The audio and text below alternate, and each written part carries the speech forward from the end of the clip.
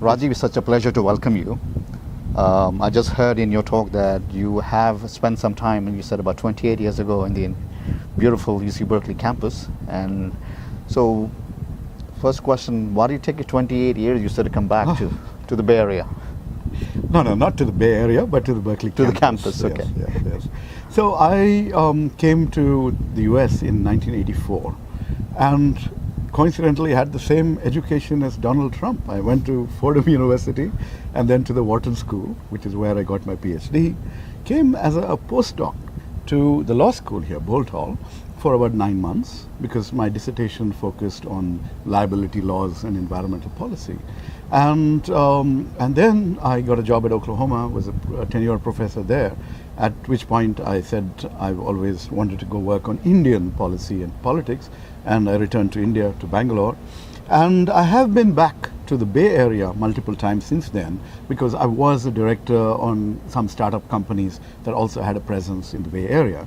But once you're once you're leading a busy life as an academic, Sure. I was a professor at IIM Bangalore, and as a quasi entrepreneur, you basically pack all your time on visits like this in meetings, and so I have spent quite a bit of time in the region, but not necessarily on the campus. Okay. But I had a wonderful dinner last night with Professor Pradeep Chibar and his political science students.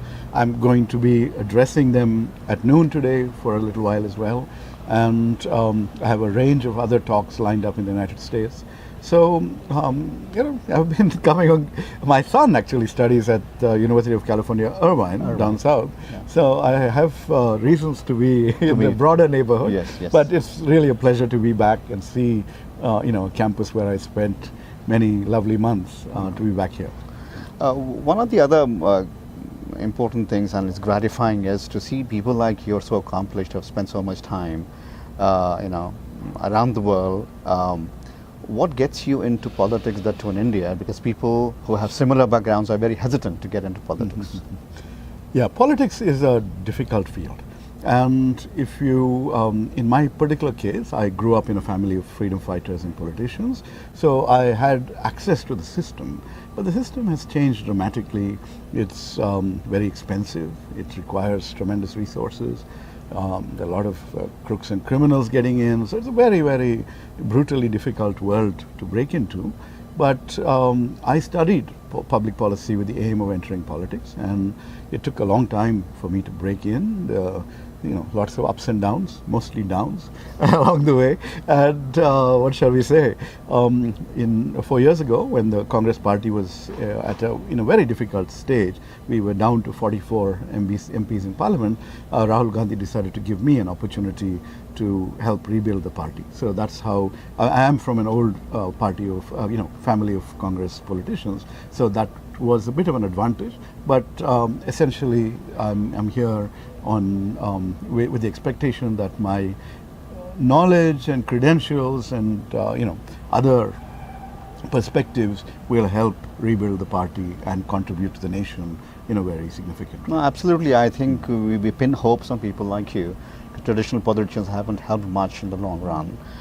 The other thing that we see that India is an emerging nation, will continue to grow at whatever rate it's growing now, 8% and plus, that's the hope. But when delegations come, the government delegation, policymakers come from India to Silicon Valley especially, and they want to imbibe the spirit, it gets very difficult. So people who go from here are half happy, half not, because the policy paralysis still exists. So you have seen both sides of the coin. How do you think that we as entrepreneurs and mentors from here can work better so the policies are rightly improved and implemented? Karnataka, where I'm from, is actually a very progressive state on this front, and we've done a lot to create an ecosystem that allows entrepreneurship to thrive. We have probably at least half the startup companies in the country, and so we don't have that much of a problem. On the other hand, we find that the same talent that's sitting in some other part of Bangalore, when the same scientist goes to GE's Jack Welch labs, suddenly you'll find them producing patents every 6 months. So there is something about the ecosystem, the soft infrastructure, the incentives, the kind of culture that is promoted and supported, that those things are still a work in progress, and we've got to make sure that what has worked so wonderfully for the United States, is that kind of mindset will also essentially cut across domains and thrive in India. Then we'll be able to engage with Silicon Valley as equals. Today we're still some distance away from especially generating new products and things of that sort. But we have that opportunity. Yeah. We'll come to my last question, which is on leadership. Leadership is very important across spectrum. Unfortunately, when we talk about leadership, we always think of political leadership, and that is not always the case. So India is a young nation, a lot of enthusiasm, young spirits. What is the role of a good leader for the young Indians?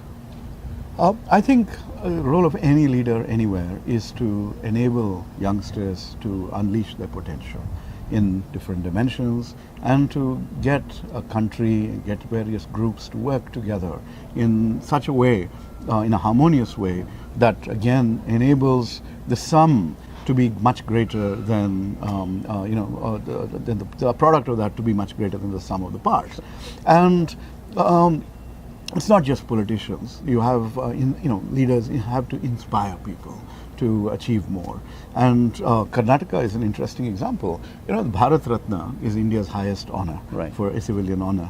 And if you look at the Bharat Ratnas from Karnataka, they are Vishveshwaraya, who is an engineer, statesman, C.N.R. Rao, one of our leading scientists, Bhimsen Joshi, musician. So basically, we celebrate achievement in diverse fields, and these are, and then people like Narayan Murthy, who triggered an entrepreneurial revolution and shared the wealth with large numbers of his Infosys employees. Again, are iconic leaders.